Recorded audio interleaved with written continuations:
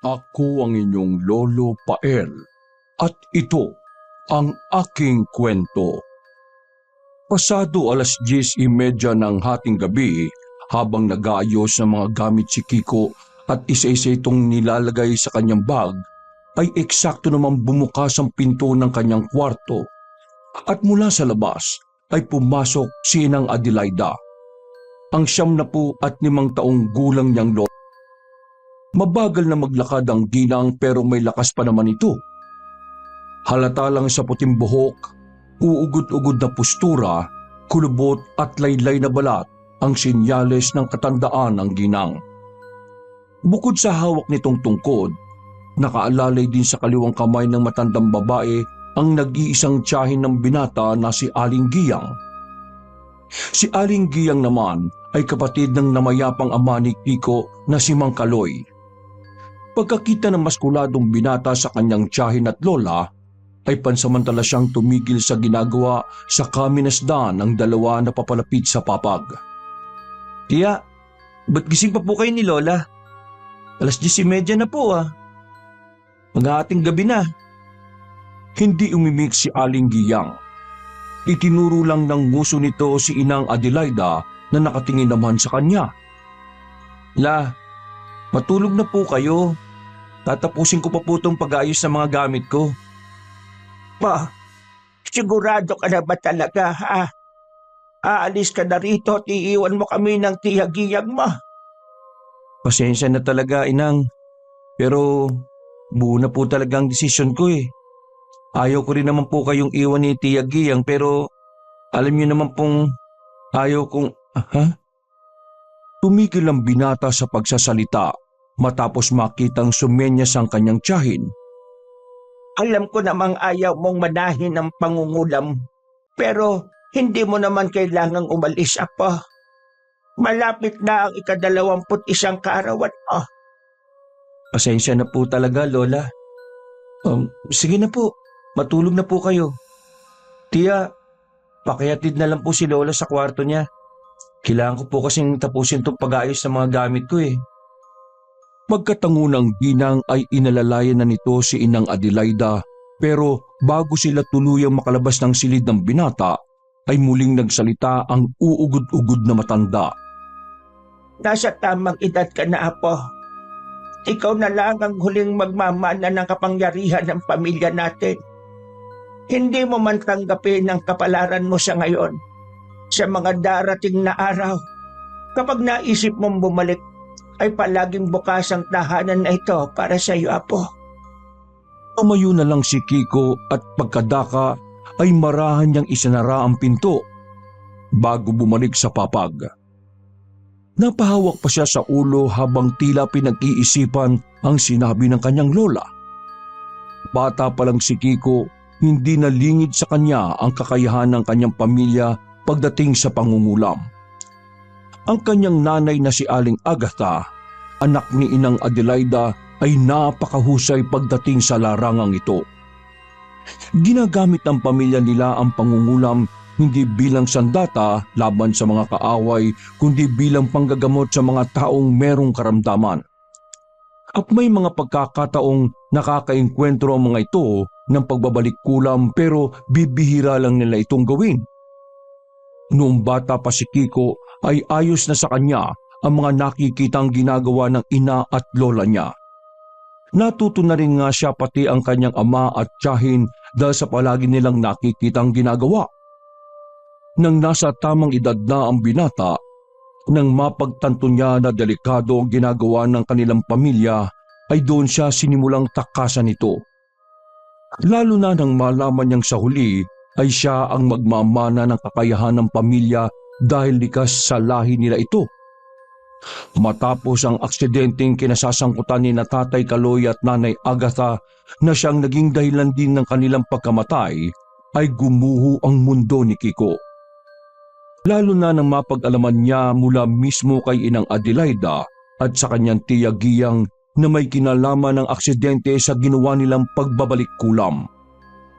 Kaya ngayong malapit na siya na mag-21, ay naisipan niyang lumayo na muna sa kanilang bahay upang takasan ang kanyang kapalaran.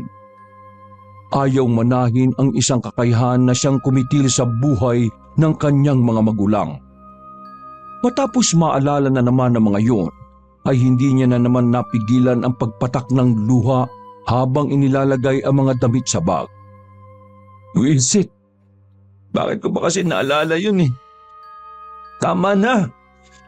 Hinigpitan niya ang paghawak sa magkabilang bahagi ng ulo habang pumipikit at pilit na inaalis ang sakit ng kalooban.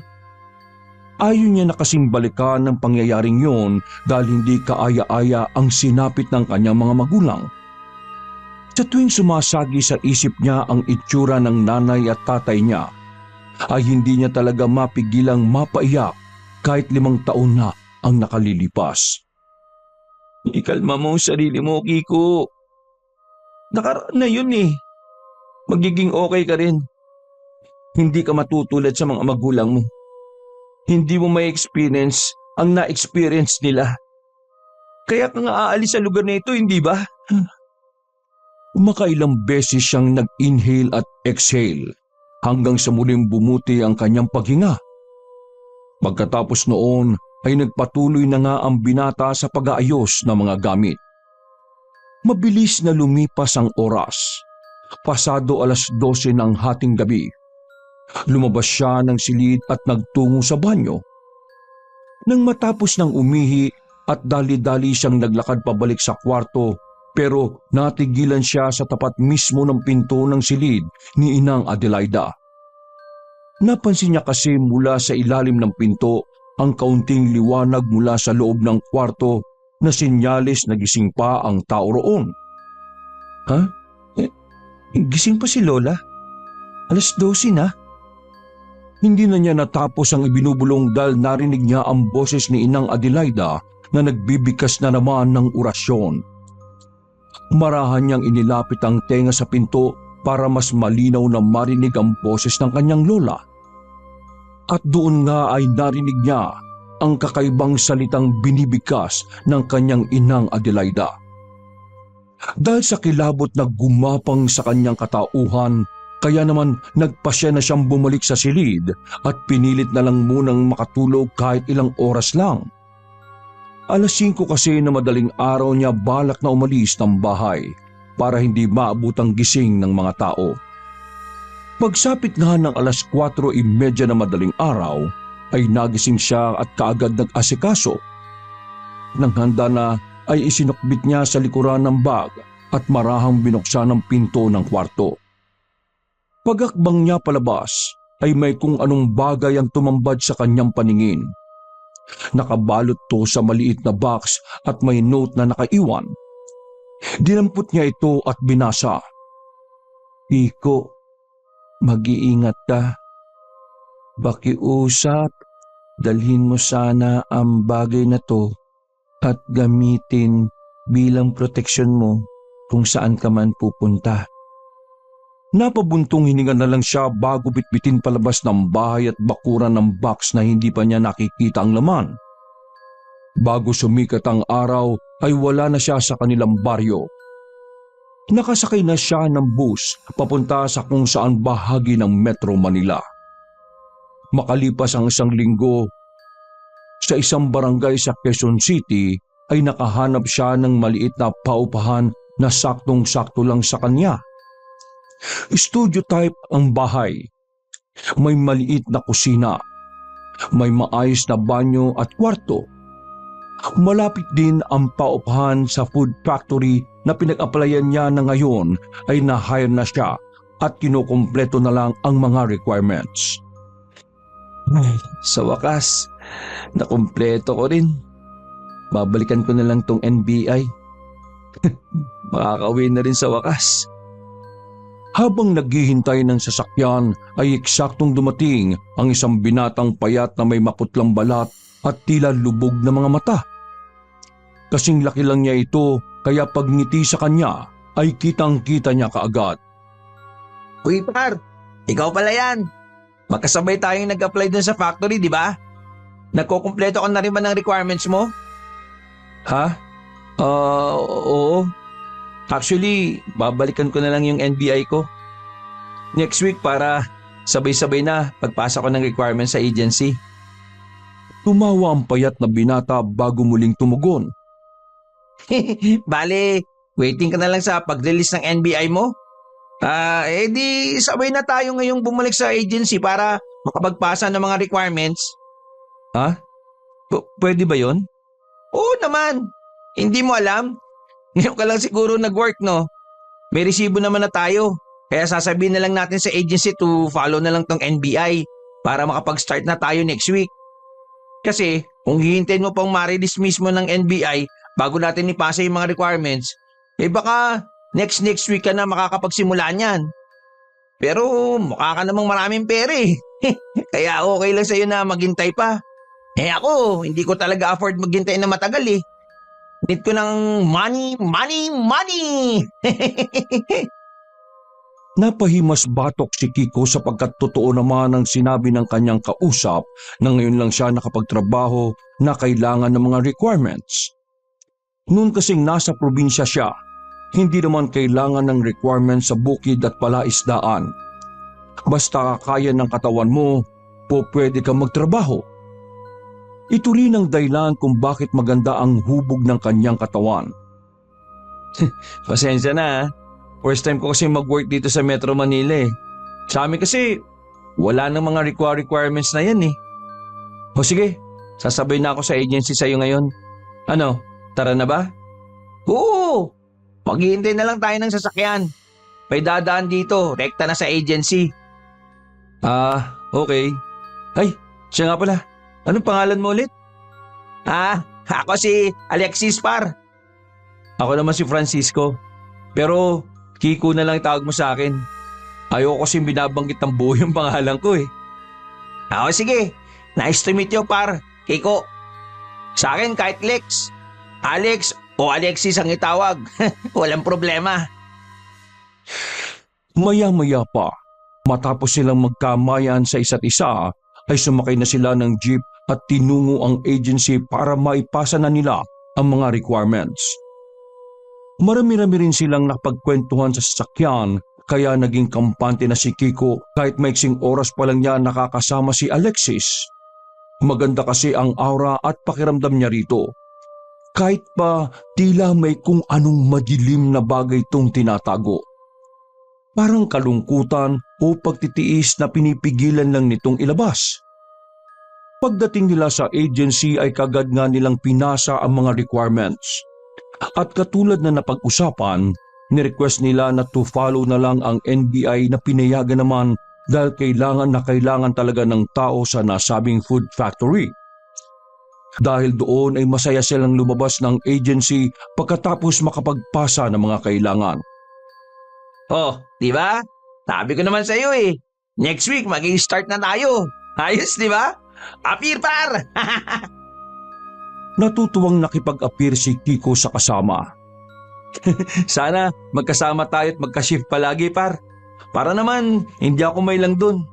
First time ko kasi talaga sa ganoong public eh. At hindi ko alam kung paano makitungo sa mga tao. Maging totoo ka lang par. Sa sarili mo. At basta wala kang tinatapakan tao, hindi mo kailangan mag-alala. Ako, marami-rami na rin akong na-applyan eh. Pero wala naman ako naagrabyado. Madalas ka eh, ako ang nadediyado eh. Tingnan mo naman kasi itsura kong to. Madalas mapagtripan. Nick, bakit naman? Mukha ka naman mabait ah. Alam mo par, kapag tupa ka na nasa gitna ng pugad ng mga lobo, may magagawa bang bait mo? Di ba magtatago ka para hindi ka malapa? Ibig ko sabihin, para wala ka makaaway, maging tahimik ka na lang. At para hindi ka mapansin. Parang mas mapapansin ka nga nun eh, kapag masyado kang tahimik. May point ka. Nice one. Basta, galingan na lang natin sa pagtatrabaho. Wala namang pakialamanan dyan eh. Basta, let's do our best. Tama. Salamat pala, Alexis ha. Oh, bakit ka naman nagte-thank you sa akin? Wala lang. At least ngayon eh, may kaibigan na ako dito sa lugar na to. Swerte mo kung ganon, par. Pagkatapos ng ilan pang pag-uusap ay naghiwalay na nga ng landas ang dalawa. Pasado 5:00 na ng hapon bago umuwi ng bahay ay dumaan muna si Kiko sa palengke para mamili ng pupwede niyang ulamin at iba pang pagkain na pupwedeng i-stock. Sapat pa naman ang perang naipon niya para sa buong buwan pero kailangan niya pa rin magtipid dahil ngayon ay independent na ang kanyang pamumuhay. Makalipas ang ilang minuto pagkatapos siyang makakain ng hapunan ay nagtungo na siya sa silid para ayusin ang maliit na kama. Pagkatapos noon ay nagilamos na muna siya ng katawan para makatulog ng maayos. Pagbukas niya sa maliit na aparador para kumuha ng damit, ay nahapyawan ng paningin niya ang box na binigay ni Inang Adelaida. Hanggang ngayon kasi ay hindi niya pa rin binubuksan ito. Kinuha niya yun at tinawakan sa kasaglit na naupo sa kama. Pagkahimas niya sa nasabing box ay muli na naman tuloy sumagi sa isipan niya ang nabasang sulat na kasama mismo ng box. Iko, mag-iingat ka. Pakiusap, dalhin mo sana ang bagay na to at gamitin bilang proteksyon mo kung saan ka man pupunta. Hindi maiwasang ma-curious siya sa kung anong laman ng nasabing box. Ano nga kayang laman ito? Siguro sa Lunes ko na lang bubuksan bago ako pumasok sa trabaho. Ibinalik niya ang box sa kung saan to nakalagay, saka nagbihis at nahiga sa kama. Nang unti-unti nang lumalalim ang antok ni Kiko ay bigla naman siyang napamulagat dahil sa ingay sa labas. Compound kasi ang apartment na magkatabi kaya meron siyang mga kapitbahay. Asartalo siyang napabangon at napakamot ng ulo dahil sa ingay. Medyo malakas kasi ang pagpapatugtog ng mga nasa labas. Pagtingin niya sa relo ay mas lalo siyang naasar dahil kung kailan lumalalim na ang gabi ay saka pa nag-iingay ang mga nasa katabing apartment.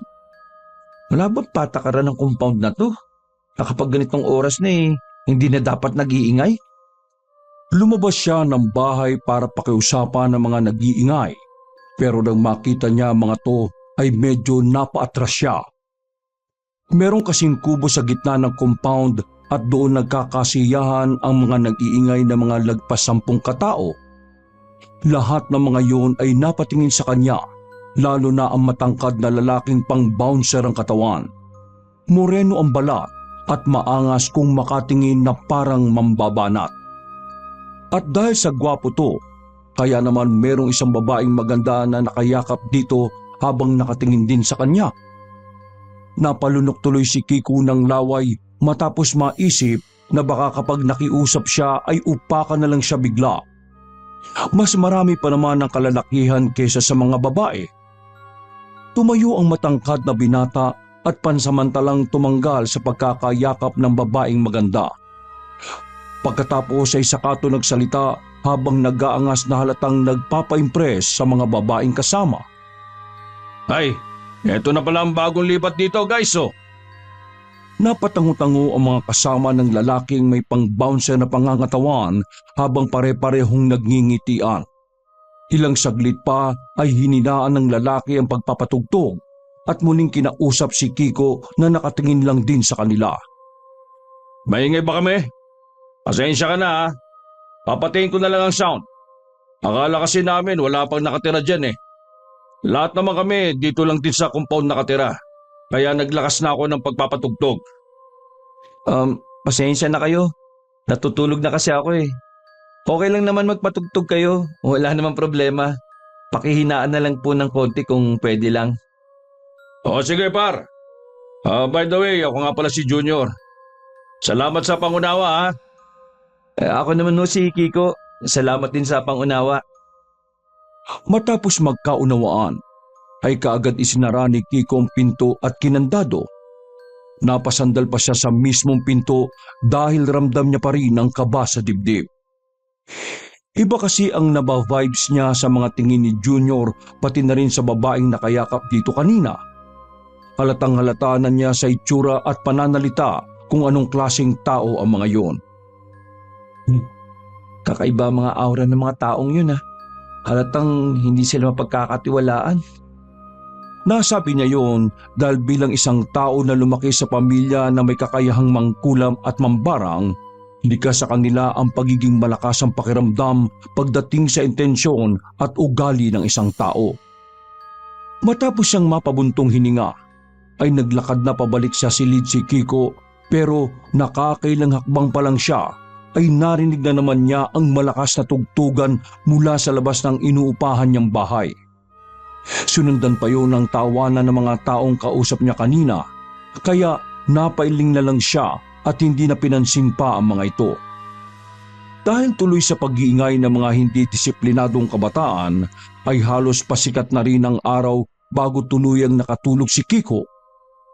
9:00 na tuloy siya ng umaga nagising, pero ayos lang din naman sapagkat Sabado naman noon at wala siyang importanteng gagawin. Matapos makapaghilamos ng mukha, ay dumiretso na siya sa kusina at nagluto ng noodles na may itlog. Sinabayan na rin niya ng pagtitimpla ng kape. At para mas masarap ang almusal, ay lumabas muna siya ng apartment para bumili ng buns. Habang palabas ng compound ay napasipat pa siya sa kubong nasa gitna kung saan ay nakita niya ang ilang kabataan na natutulog pa roon. Napailing siya pagkalaon, pero natigilan din siya matapos mabunggo ang magandang babae kagabi na kasama ni Junior. Ay, pasensya na. Hindi ka kasi tumitingin sa tinaraanan mo eh. Tabi nga dyan. Hinawi siya ng magandang babae at naglakad na patungo sa katabing apartment na tinitirhan niya. Napailing na lang siya bago lumabas ng compound at bumili ng buns. Pagbalik niya ay gising na ang mga tao sa kubo at mukhang nagsisimula na namang tumagay, kaya napayuko na lang siya ng pasimple habang bumubulong. Totoo nga sabi ni Tia Giyang, mga walang disiplina ang karamihan sa tao rito. Siguro kapag nakaluwag-luwag ako, tilipat na lang ako ng lugar. Hindi sila magandang kasama eh. Pare! Shut na! Aba! May tinapay ka ba ha? Ito masarap na almusalin oh! Pagdating ni Kiko sa tapat ng inuupahan niyang bahay ay saka siya tumugon. Pasensya na, hindi ako nainom ng alak eh. Wow! Napaka-good boy naman pala ng bago nating kapitbahay eh. Hello guys! Narinig niyo ba yon? Nagtawanan ng mga kabataan naroon habang si Georgia, ang magandang babaeng girlfriend ni Junior na nakabunggo niya rin kanina, ay umismid at umirap pa sa kanya. Ipasa mo na nga rito yan tagay pa. Pag-aaksayan niyo pa yan ng oras eh. Di naman pala nainom ng alak. Ikaw naman ma. Nakikipagkaibigan nga tayo sa bago nating kasama rito sa compound eh. Pasensya ka na pre ha. Ano nga palang pangalan mo ulit? Kiko. Kiko ho yung pangalan ko. Ay, oo nga pala.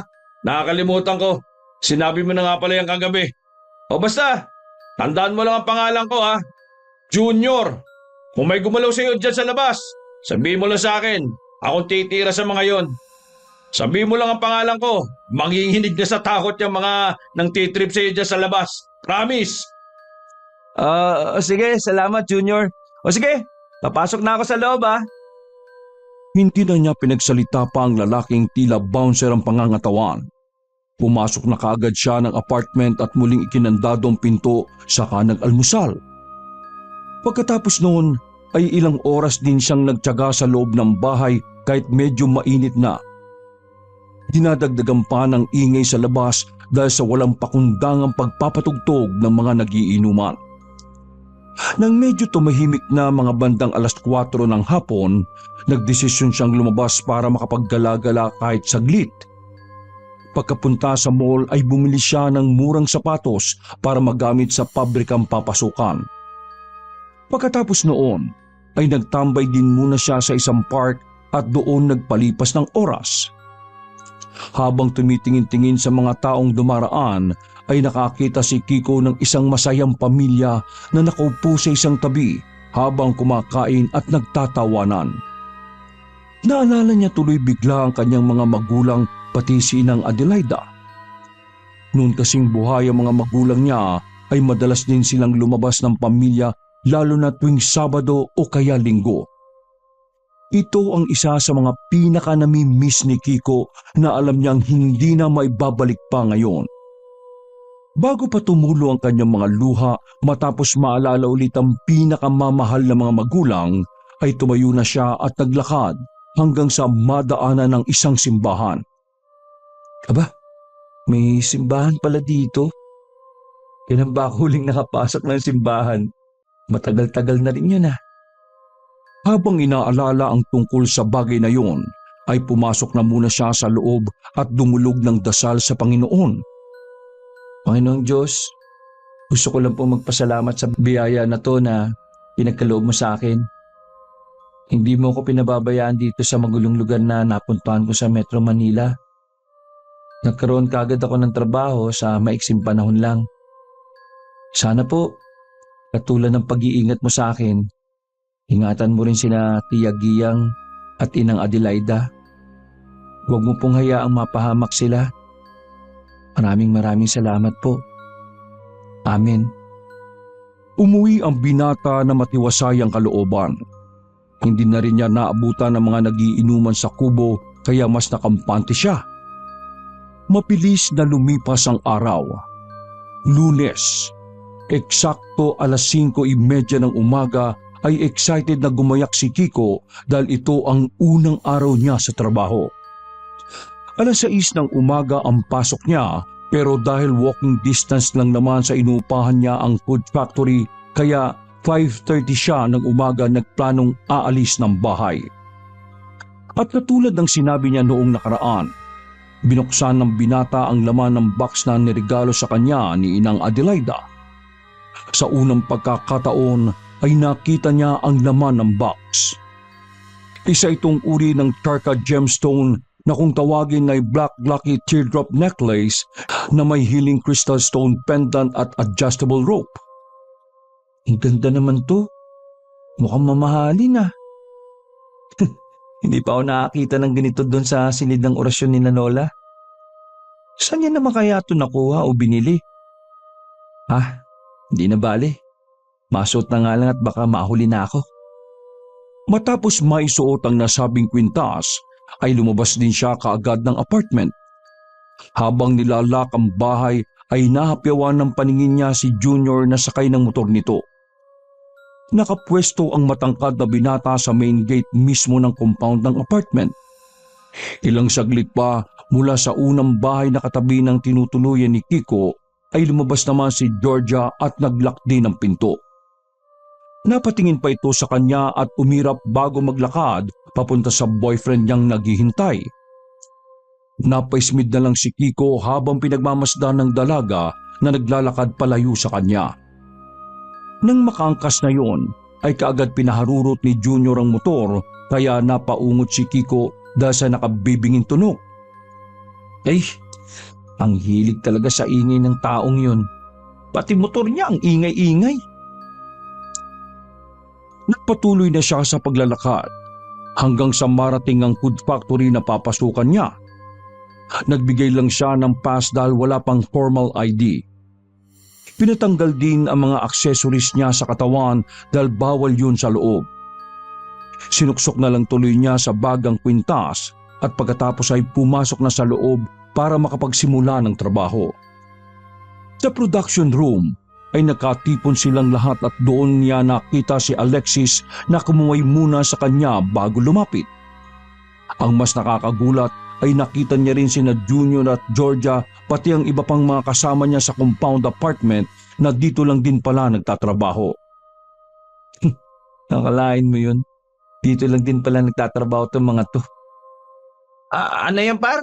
May binubulong-bulong ka dyan ah. Wala yun. Makinig ka na kasi, nagmamaning na si Zero. Pagkatapos magmaning ng kanilang supervisor ay pinatawag si Kiko pati si Alexis kasama ang 3 pang baguhan at ipinabaya silang 5 kay Junior. Uy, biruin mo nga naman oh. Pare, dito ka rin pala nagtatrabaho? Ano, first day mo ngayon no? Akong bahala sa'yo rito. Sabi ko naman sa'yo, di ba? Umakbay ang matipunong lalaki kay Kiko habang tatawa-tawa habang si Alexis naman ay nagpapapalit-palit lang ng tingin sa dalawa. Nang mapansin yun ni Junior ay sinamaan niya ng tingin ang payat na binata bago pa balang na nagsalita. Hoy, ikaw payat. Anong tinitingin-tingin mo ha? Gusto mo upakan kita? Wala naman akong ginagawa. Ano? Masagot ka ba ha? Ang payat-payat mong yan? Sasagot-sagot ka? Aamba na ang lalaking pang-bouncer ang katawan kay Alexis nang biglang umawat si Kiko pati ang dalawa pang baguhan na sina James at Renzo. Si Oden naman na panglima sa baguhan ay nakatingin lang at tatawa-tawa. Teka pare, kalma lang. Sabi ni Bisor ikaw daw bahala kung saan kami ilalagay. Nako, salamat ka payat. May umawat sa akin. Hoy, pasensya na kayo ha. Nawala ako sa konsentrasyon Ayaw ko pa naman kasi sa lahat yung sumasagot-sagot. Matapos mapabuntong hininga, ay inayos-ayos pa ni Junior ang damit bago ipahilera ang 5 baguhan. Sina James, Renzo at Oden ay nilagay na sa katamtamang gawain. Si Kiko naman ay sa pinakamagaang na gawain. At doon ay nakita niya ang mga kasamahan sa compound apartment kabilang na si Georgia. Habang nagsusorting ang magandang babae ay nakatingin to ng masama sa kanya. Junior, saan mo ilalagay si Alexis? Sinong Alexis? Si Yatot ba? Alexis pala pangalan nun. Alexis pala ang pangalan ng butiki na yon. Huwag ka mag-alala, paring Kiko. Akong bahala dyan kay Alexis. Pagkarinig pa lang ni Kiko sa sinabing yon ng matipunong binata, ay hindi na maganda kagad ang kutob niya. Hindi nga siya nagkamali ng hinala dahil nilagay sa pinakamahirap na gawain si Alexis kahit alam ni Junior na baguhan pa lang ito. Dahil doon ay nagkaroon ng aberya ang takbo ng makina kung saan nakapwesto si Alexis. Saglit tuloy pinahinto matapos masira ang isang machine.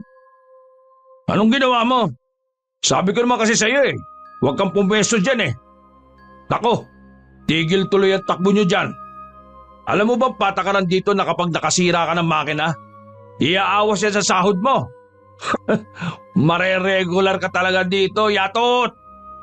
Nagtawa ng tuloy ang mga nakarinig pero may iba rin na bumupulong-pulong kay Alexis na okay lang yon sapagkat baguhan naman siya at hindi pa niya alam ang tamang proseso. Hoy, sa susunod, huwag kang sasagot-sagot sa akin ha. Kapag inulit mo pa yung kabastusan mo na yon, hindi lang yan ang mangyayari sa'yo. Sige na, doon ka muna sa sorting. Pagka break time, puntahan mo ako. Tuturuan kitang mag-file ng report tungkol dyan sa ginawa mong kapalpakan. Umpisa pa lang puro kapalpakan ka na kaagad. Tatagal ka kaya rito. Napayukod na lang si Alexis habang lumalapit sa kinaroroonan ni Kiko na nakita at narinig ang mga pangyayari.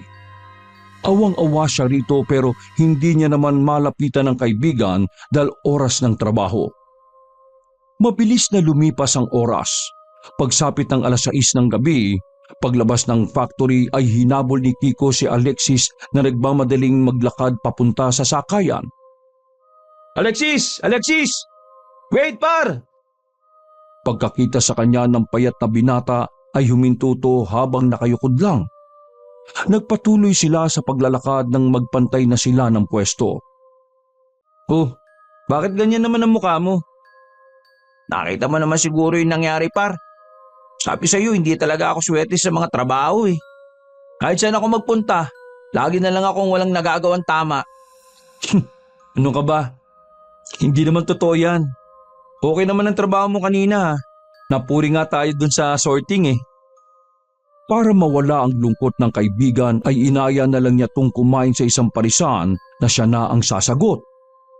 Hindi naman tumanggi si Alexis dahil libreng pagkain na yon para maitawid ang isang gabi. Nang matapos na silang kumain, habang naglalakad papunta sa sakayan ay napansin niyang malungkot pa rin ang mukha ng kaibigan kaya tinapik niya ito. Par, bukas sabay tayo sa lunch break para naman hindi boring. Parang tinataban na tuloy akong pumasok, par. Ha? Naku, par. Huwag no. Di ba sabi mo marami kang binabayaran ngayon at hindi mo afford na mawalan ng pera? Nauurat kasi ako dun sa junior na yun eh.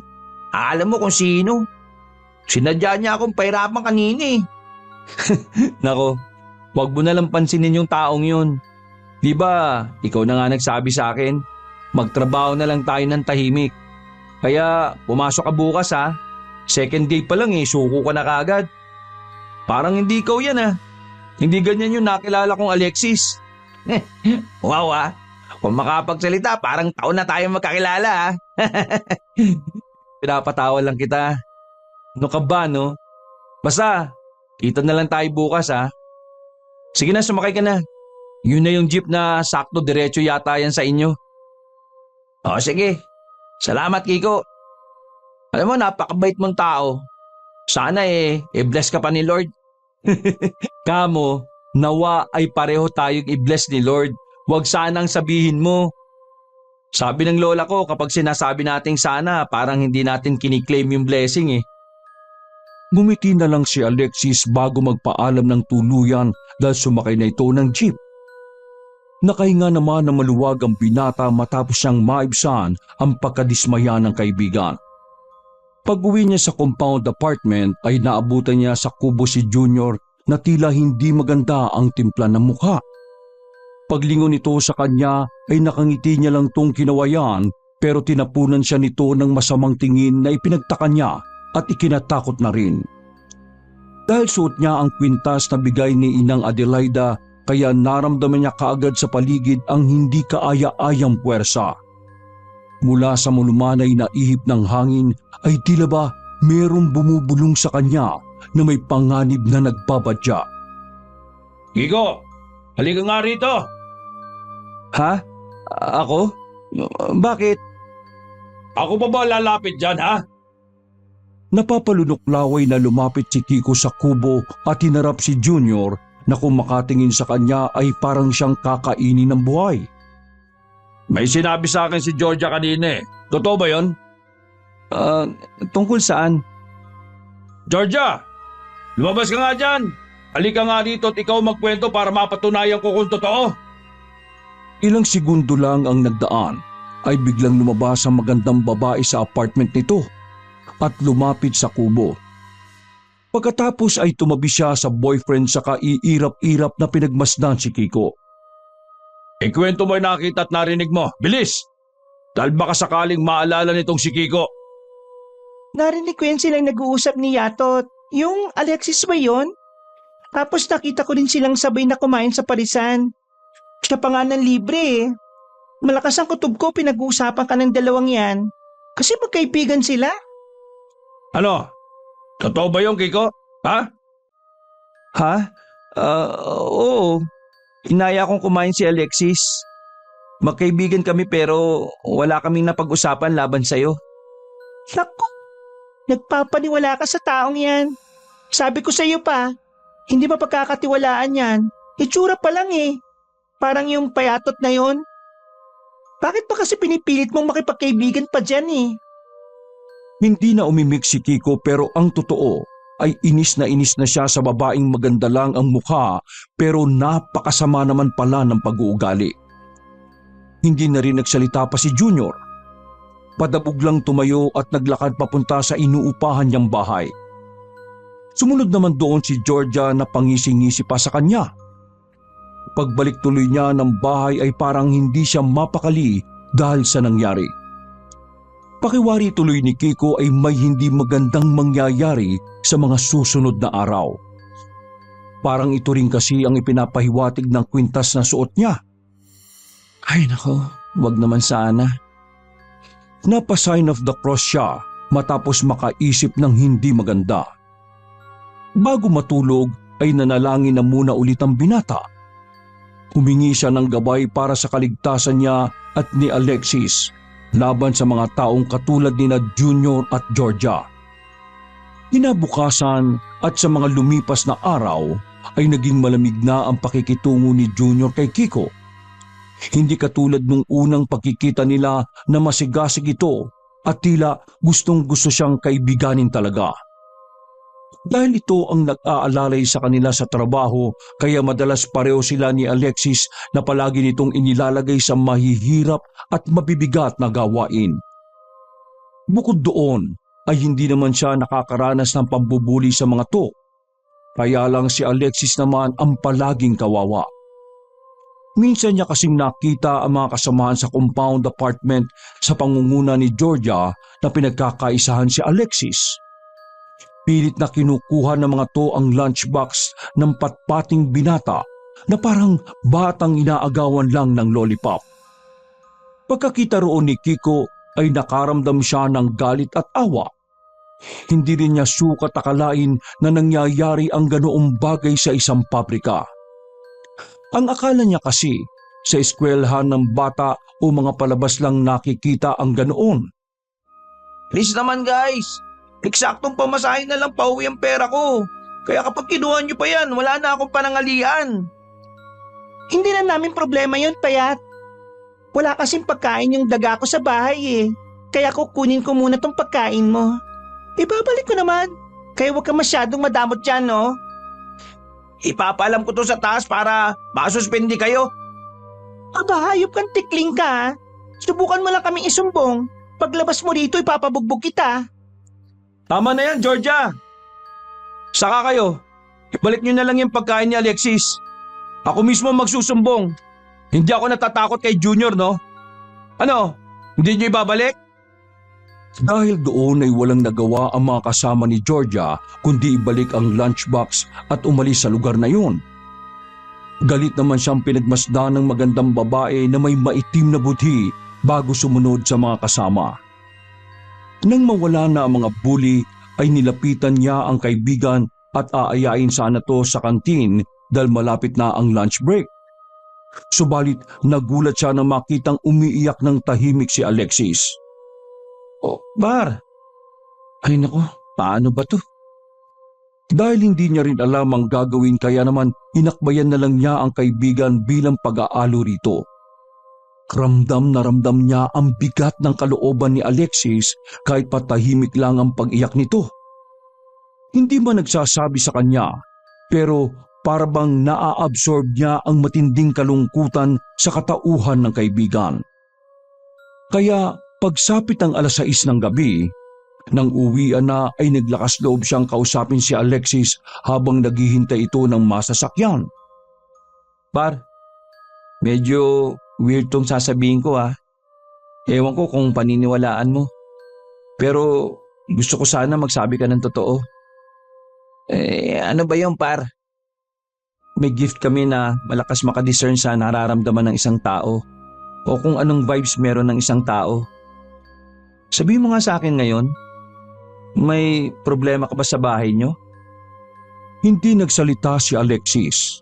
Tumingin lang to na matagal sa kanya hanggang sa mapaluha na naman. Doon na mas naramdaman ni Kiko na may mabigat na itong problema na dinadala sa loob ng tahanan. O pwede mo naman sabihin sa akin pare, baka matulungan kita para alam ko. Hindi ko na alam ang gagawin ko pare. Nung nakalipas na 2 buwan, nagsimula kaming mabaon sa utang kasi si tatay sinala yung bahay namin dahil sa pagkakalulong niya sa sabong eh. Sa sobrang pagtatrabaho ng nanay ko, na-ospital siya. Tapos, nung nakaraan namatay na siya. Pero hanggang ngayon, di namin makuha ang bangkay kasi wala kaming pambayad sa ospital eh. Ngayon linggo naman, palalayasin na kami sa bahay. Hindi ko na talaga alam ang gagawin ko, Pat. Tumabay pa itong mga bully sa trabaho. Parang gusto ko nang mawala eh. Yung mga nambubuli sa akin sa trabaho, parang gusto na nila akong itulak sa bagay na matagal ko nang gustong gawin. Par, langyaan naman oh. Huwag mong gagawin yun. Please naman. Kahit anong mangyari huwag mong tatangkaing magpakamatay. Nagpunas ng luha si Alexis saka tumawa at tumarap sa kaibigan bago magwika. Maraming salamat talaga para napakabait mong tao. Nawa i-bless ka lalo ni Lord. Oy, kapag na-bless ako ni Lord, Kasama ka rin doon, par. Kaya ipangako mo sa akin hindi mo gagawin yon. Ngumiti lang si Alexis bago pumara ng sasakyan at sumakay. Plano pa naman sanang ibigay ni Kiko ang kwentas niya, kaya lang ay nakalayo na ang jeep. Pag-uwi ng bahay dahil sa mga nalaman ay hindi tuloy halos madalaw ng antok si Kiko. Hindi niya rin kasi sukat akalain na ganun pala kabigat ang pinagdaraanan ng kanyang kaibigan. Kaya inis na inis din siya sa mga kasamahan sa compound apartment na palaging nambubuli kay Alexis. Bukas talaga. Pagsasabihan ko talaga yung mga yon. Lalo na yung Georgia na yun. Maganda lang talaga siya. Pero ang ugali niya, mas maitim pa sa sunog na puwet ng kaldero. Grabe. May ganun pala talagang klase ng tao. Matapos mapabuntong hininga ng malalim ay dumulog na ulit siya ng panalangin sa Diyos para sa kaibigang dumaranas ngayon ng matinding pagsubok. Umisip na rin siya ng plano kung paano matutulungan si Alexis hanggang sa makatulog na siya ng mahimbing. Pasado 3:00 ng madaling araw, sa hindi malamang kadahilanan, ay bigla na lang napamulagat ng mga mata si Kiko. Pakiramdam niya kasi may mga gumagalaw sa kama pero wala namang kahit anong naroon. Dahil doon ay tumayo na lang siya at nagpunta sa banyo kahit inaantok pa. Nang matapos ng umihi ay pipikit-pikit ang mga matang naglakad siya pabalik sa kwarto hanggang sa makakita siya ng taong nakatayo sa tapat mismo ng nakasarang pinto. Biglang nawala ang antok niya at napatingin sa nasabing imahe ng tao na kasing laki lang niya.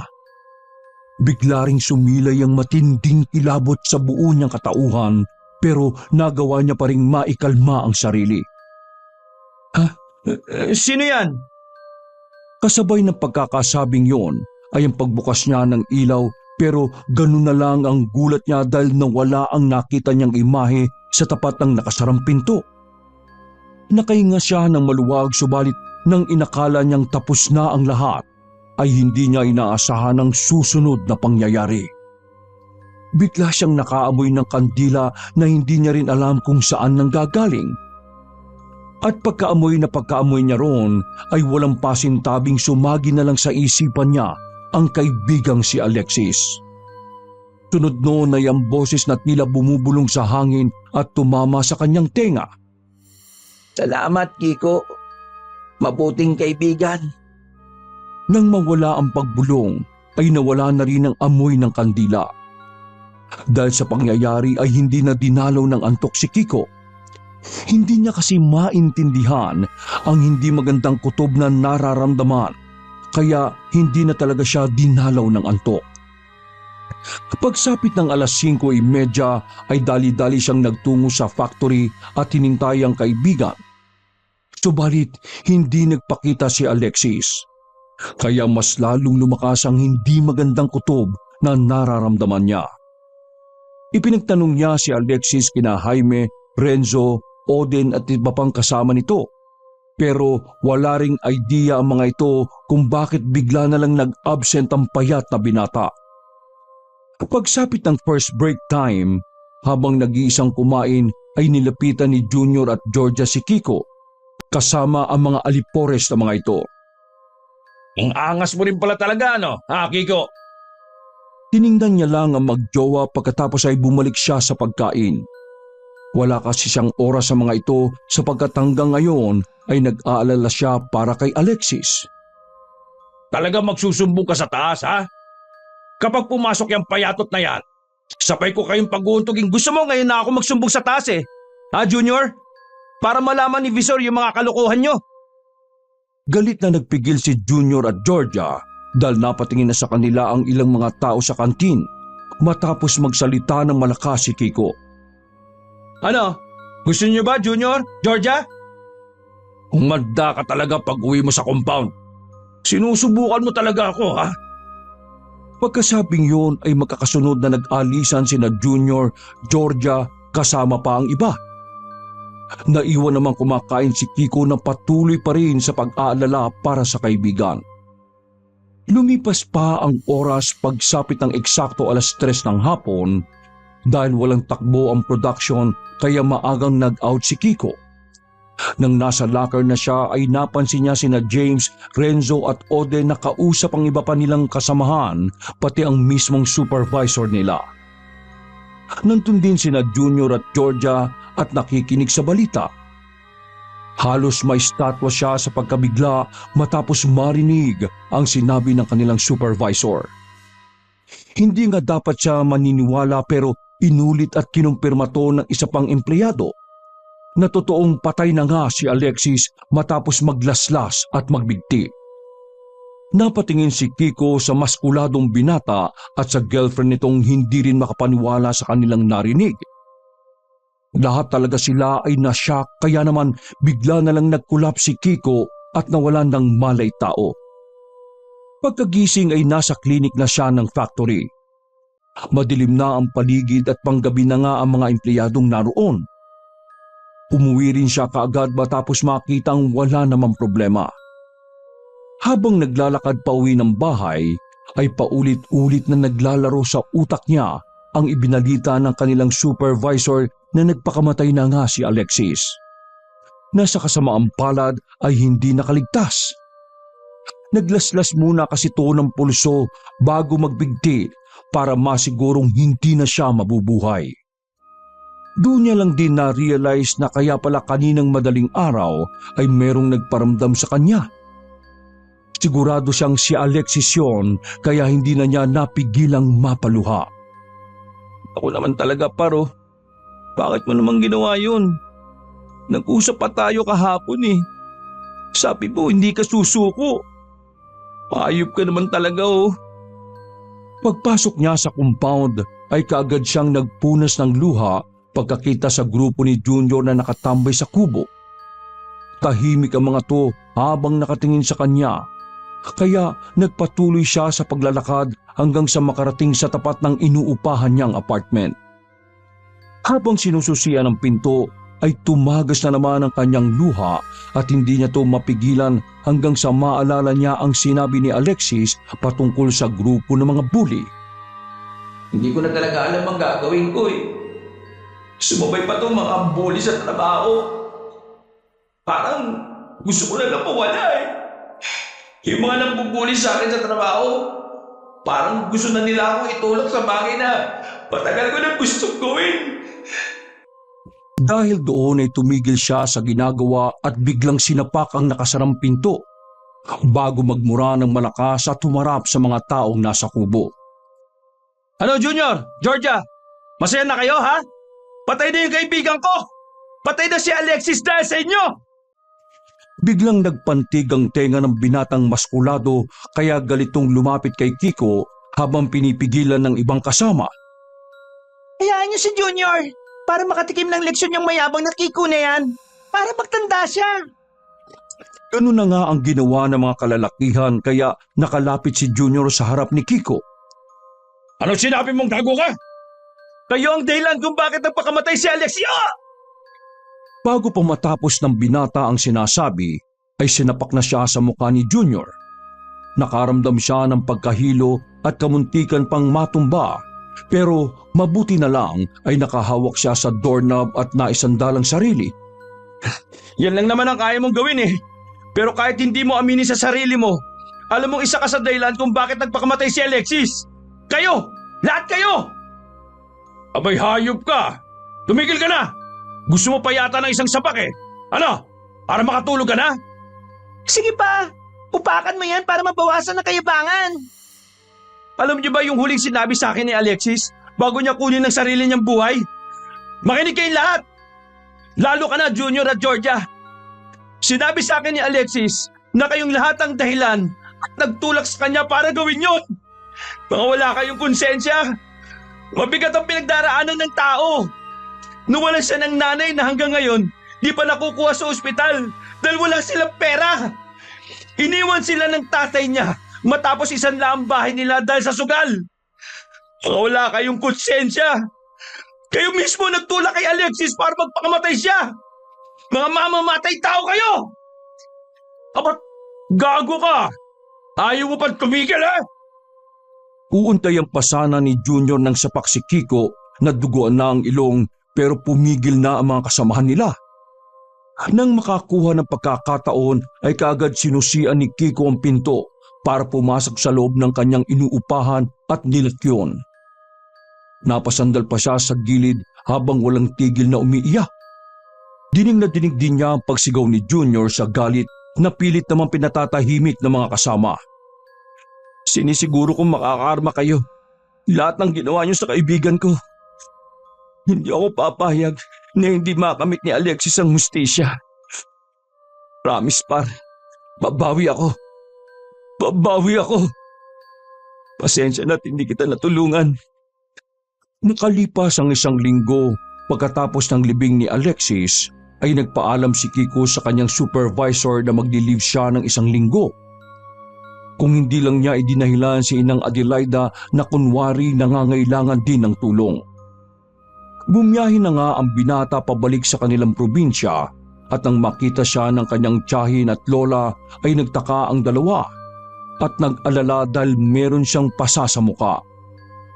Apo, ano bang nangyari sa iyo?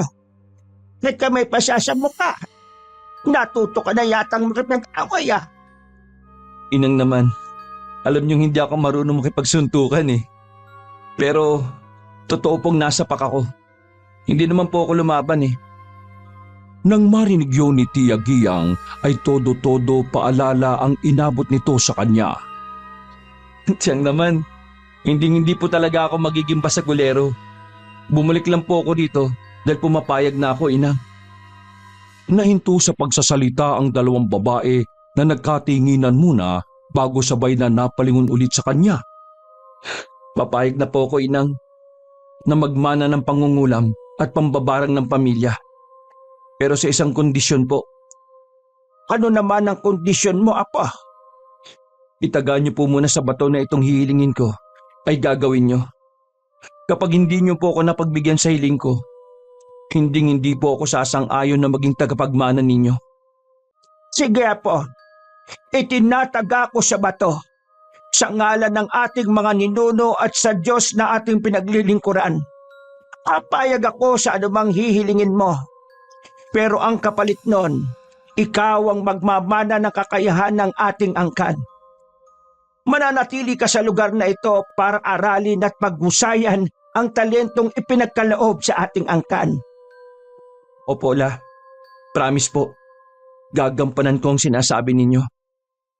Ngayon na po, ano bang kahilingan mong yon? Napabuntong hininga muna ang binata bago isinalaysay ang lahat-lahat sa kanyang tiyahin at lola. Ikinwento niya ang patungkol sa nangyaring pangbubuli kay Alexis na nag-uwi sa pagpapakamatay nito. Sinabi niya sa 2 babae na gusto niyang turuan ng leksyon sina Junior, si Georgia at iba pang tao na involved sa pang-aapi sa kanyang kaibigan. Po, alam kong naiintindihan mo ang tungkulin ng angkan natin. Nagkaroon tayo ng kakayahang mangulam at mangbarang, hindi para gamitin upang pahirapan ng isang tao. Nagliligtas tayo ng buhay. Kaya pasensya ka na dahil hindi ko mapagbibigyan ng gusto mo. Pero nangako kayo sa akin, Inang. Itinagaan niyo pa sa bato. Sa ngalan ng mga ninuno natin at Diyos na pinaglilingkuran natin. Tapos, babawiin niyo lang ngayon? Wala kayong salita eh. Pasensya na, apo ko, Kiko. Walang bisa ang pangakong yon kung labag naman sa sinumpaan natin tungkulin. Sana ay maintindihan mo.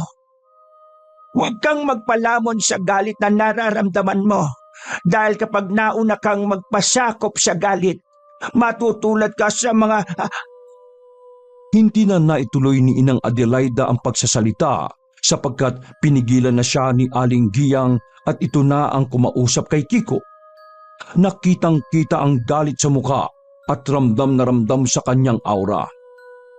Naipaliwanag naman ng maayos ni Aling Giyang sa kanyang pamangkin na kapag gumawa ng kanilang pamilya ng isang bagay na labag sa sinumpaang tungkulin, ay may matindi tong kapalit na maaring buhay ng isa sa mga mahal nila sa buhay.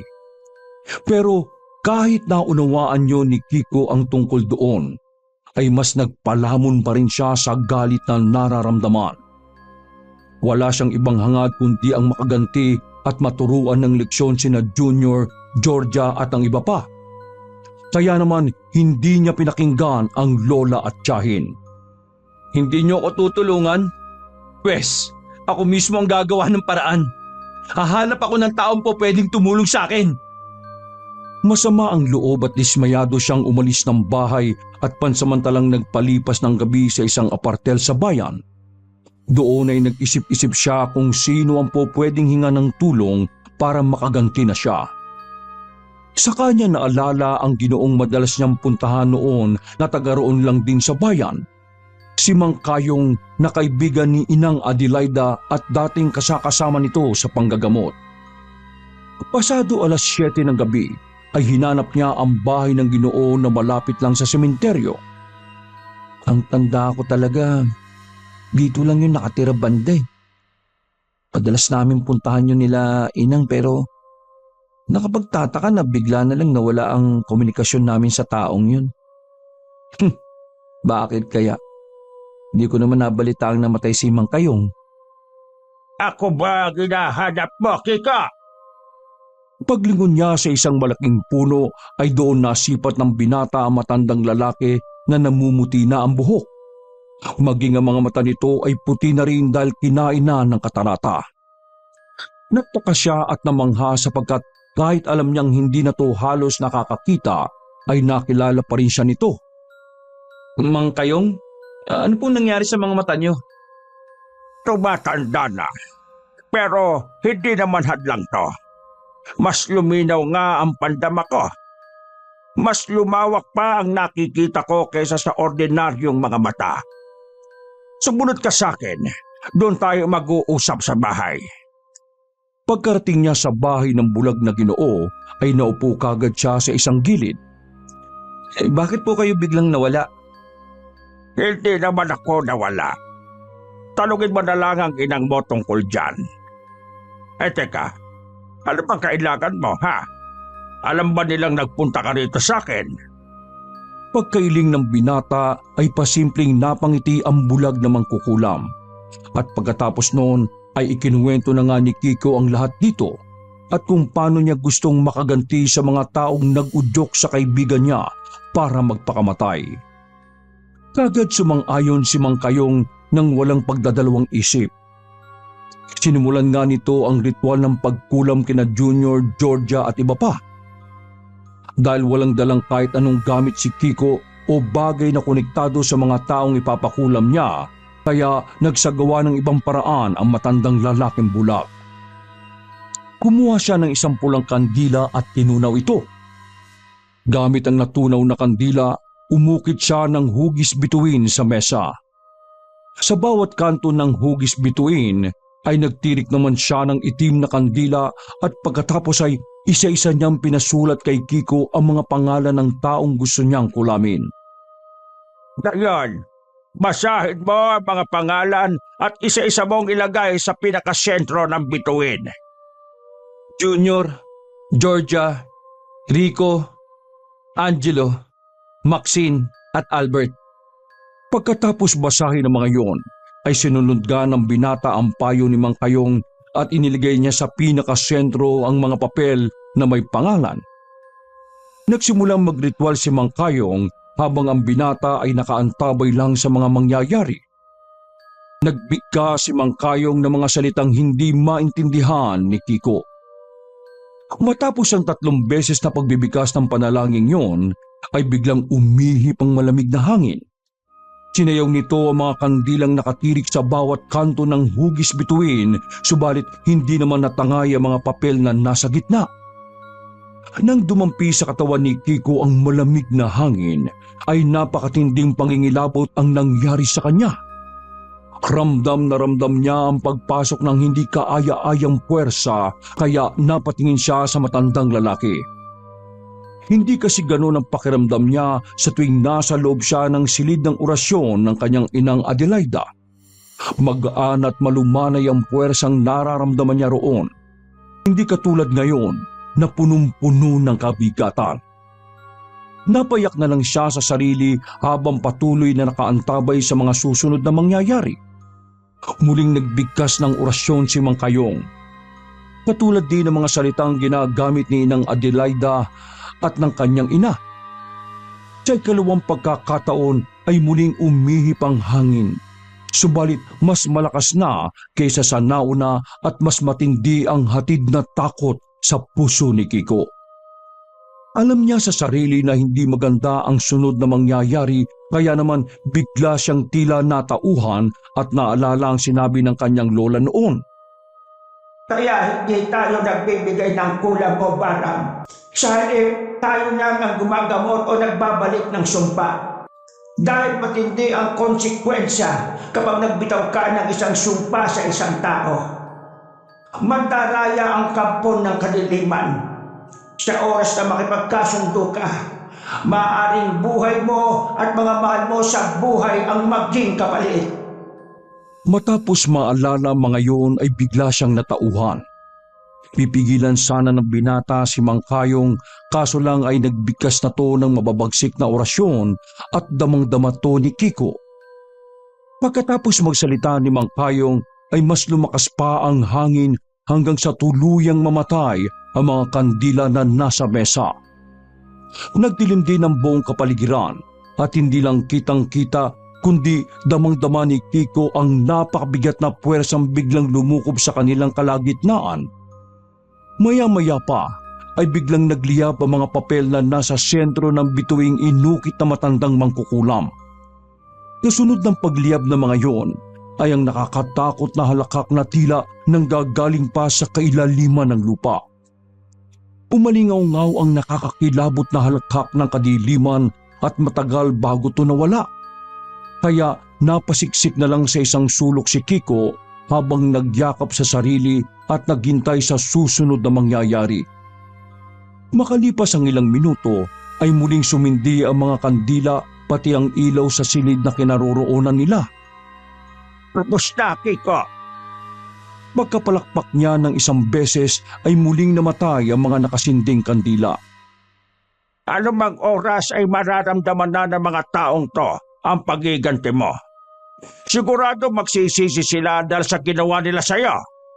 Maninikluhod sila sa paghingi ng tawad para lang gumaling sila. Pero hindi na yon mangyayari.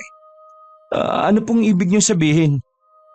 Direkta at matindi ang binigay kong sumpa. Galing mismo yon sa demonyo.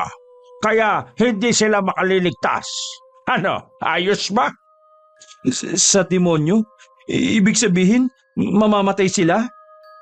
Kapag hindi nila nakayanan, pwedeng ilang araw lang bawian na sila ng buhay o kaya naman sila na mismo ang tatapos sa sarili nila, katulad ng ginawa ng kaibigan mo sa sarili niya. Napalunok ng laway si Kiko dahil sa takot. Para siyang nanghina matapos marinig ang mga sinabi ni Mang Kayong. Pero mas lalo siyang nagulat nang ngumiti ang Ginoo at kitang-kita niya ang mga mata nito ay unti-unti nang nagiging normal. Nakaramdam na naman siya ng hindi maganda kaya tumayo siya at pumwesto malapit sa pintuan, pero natigilan din matapos magsalita ng matandang lalaki na nakikita na siya. Salamat sa iyo, Kiko. Kahit papano makakakita ako ulit sa loob ng ilang araw o posibleng buwan. Po? Nakalimutan ko nga palang sabihin sa iyo. Alam mo ba kung ano ang totoong ikinamatay ng mga magulang mo? Hindi nakaimik ang binata. Napatingin lang siya sa matandang Ginoo na unti-unting tila nagiging mabagsik ang tingin sa kanya, pero nanatiling nakangiti. Sinubukan kasing ibalik sa akin ng nanay Agata mo ang sumpa na ibinigay ko sa taong pinagaling niya. Pero hindi siya nagtagumpay. Naunahan ko siya. Malas nga lang dahil sinamahan siya ng tatay Kaloy mo, kaya dalawa silang namatay. Kung ganun, kayo ang... Ako nga ang dahilan. At ang dahilan kung bakit wala na kami koneksyon ng inang Adelaida mo. Napagtanto ko kasi na mas mabisa at mas malakas ang kapangyarihan galing sa kadiliman kahit pa may kapalit ito. hindi na tinapos ng binata sa pagsasalita ang matandang lalaking mangkukulam. Tumakbo na kagad siya palayo sa lugar na yon habang hindi alam kung maiiyak o maiinis o maaawa ba siya sa sarili.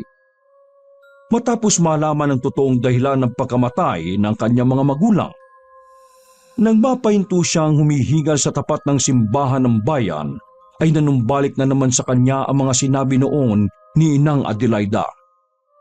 Kaya hindi tayo nagbibigay ng kulam o barang. Sa halip na tayo na lang ang gumagamot o nagbabalik ng sumpa. Dahil matindi ang konsekwensya kapag nagbitib ka ng isang sumpa sa isang tao. Mandaraya ang kampo ng kaliliman. Sa oras na makipagkasundo ka, maaaring buhay mo at mga mahal mo sa buhay ang maging kapalit. Tumagas ang luha niya sa tindi ng pagsisisi. Tama si Inang. Hindi ka kasi nag-iisip, Kiko eh. Pabugso-bugso ka eh. Nagpalamong ka sa galit. Gawin mo ngayon. Nag-aalas 10 ng hating gabi ay muli siyang bumalik sa kanilang bahay kung saan ay nakaabang na naman sa kanya si Inang Adelaida at Tia Giyang. Pagpasok niya pa lang ng bahay ay napayak na naman siya kaya lumapit ang kanyang tiyahin at niyakap siya ng maigpit. Sorry po, Tia. Sorry, Inang. Masyado akong padala sa sarili kong emosyon eh. Galit. Namali po ako. Pagawin ko. Tulungan niyo po akong mabawi ang sumpa. Hindi ko po sinasadya yun. Tanga-tanga ko. Tulungan niyo po ako. Tulungan niyo ako.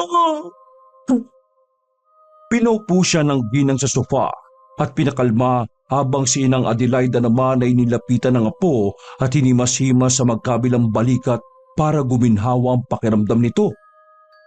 Anong nangyari, apo? Sabihin mo sa akin. Pangako, tutulungan kita kahit kapalit pa nito ang buhay ko. Nakapagbitaw ako ng sumpa. Si Mang Kayong po ang gumawa para sa akin. Inang, kapag binawi niyo yung sumpa, mapapahama kayo katulad na nangyari kay nanay at tatay. Gulat na nagkatinginan ng dalawang babae habang patuloy naman sa pag-iyak si Kiko na hindi na rin alam ang gagawin. Sorry po, Inang. Sorry po, Tia. Hindi ko sinasaktan. Sorry po talaga. Huwag kang mag-alala, apo. Hindi ka namin pababayaan ng Tia Giyang mo.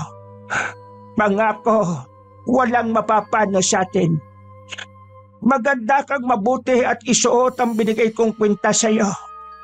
Pinaghandaan ko talagang mabuti ito dahil alam kong gagawa ulit ng ganitong bagay ang walang hiyang Kayong na yon. Sorry po talaga, Inang ha. Sorry po talaga. Tahan na, apo. Tahan na. Pagkatapos saluin si Kiko ng kanyang lola, ay kaagad binalingan ng matandang babae si Tia Giyang. Giyang, ganda ka na. Apo, magtutungo tayo sa silid-orasyon at sinisiguro kong hindi ako magmimintis. Ibabalik ng 10 ulit ang sumpang pinakawala ng Kayong na yan. Wala nang sinayang ang tatlo. Kagad nilang tinungo ang sinasabing silid ng orasyon kung saan nila ginagawa ang panggagamot sa mga taong may sakit, pati na rin ang mga nakulam o nabarang. Pagpasok nila sa loob ng silid, ay nakaramdam kaagad ng magaan na presensya si Kiko. Nawala ang takot at pag-aalala at bigat na dinadala ng kanyang puso kaya bigla siyang tumigil sa pag-iyak.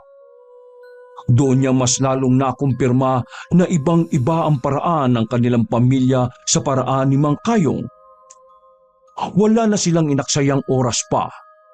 Kagad inihanda ni Aling Giyang ang mga kailangan ni Inang Adelaida sa pag-oorasyon at pagbabalik ng sumpang na igawad kina Junior, Georgia, Rico, Angelo, Maxine at Albert. Naglapag ang ginang sa ibabaw ng mesa ng maliit na plangganang may malinis na tubig. Naghanda na rin siya ng 5 puting kandila at pagkatapos ay isa-isa naman itong sinindihan ni Inang Adelaida habang bumubulong ng orasyon sa mga kandila. Pagkatapos ay isa-isa niya ring ipinatak ang kandilang naorasyonan sa tubig na nasa maliit na planggana. Kitang-kita ni Kiko ang pag-ukit ng mukha ni na Junior, Georgia at iba pa, kaya namangha siya. Pinanatili ng ginang ang mga kandila na nakasindi. Itinirik niya lang to sa mesa na magkakatabi at pagkatapos ay nagsimula na siya ng kanyang ritual. Katulad ng ginawa ni Mang Kanor, nagbigkas din ng kakaibang salita ang matandang babae. Subalit ang kaibahan lang ay napakagaan ng presensya ng orasyon ni Inang Adelaida. Ni hindi nakaramdam ng takot si Kiko, kahit pa nangingilabot ang kanyang buong pagkatao. Isang nakagiginhawa sa pakiramdam na hangin ang lumukob sa kanilang kalagitnaan at pagkatapos noon, ang mga kandilang may hugis mukha na nasa maliit na planggana ay unti-unting natunaw. Kasunod noon ay unti-unti ring nangitim ang tubig, sinyalis na umiepekto ang pagtatanggal ng sumpa. Nagpatuloy pa ang matandang babae hanggang sa huli ay nagbigkas siya ng panapos na orasyon.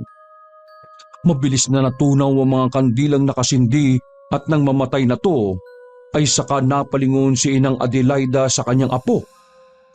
Tinulungan tayo ng Panginoong Diyos sa biyaya ng kwintas at gabay ng mga magulang mo. Nanalo tayo, apo. Maigpit na niyakap ni Kiko ang lola at tiyahin sa sobrang tuwa sapagkat alam niyang nagtagumpay sila. Kinabukasan nga ay nabalitaan na lang nila na wala ng buhay si Mang Kayong. Bumalik ang binata sa factory at nagpasa ng kanyang resignation letter. Nang makita niyang walang nangyaring masama kina Junior, Georgia at sa iba pa, ay nakahinga siya na maluwag. Nanatili siya sa probinsya at inaral ang karunungang ipinagkaloob sa kanilang pamilya. Nang mamatay si Nang Adelaida, siya na ang naging manggagamot sa kanilang lugar sa tulong ni Tia Giyang. Wakas!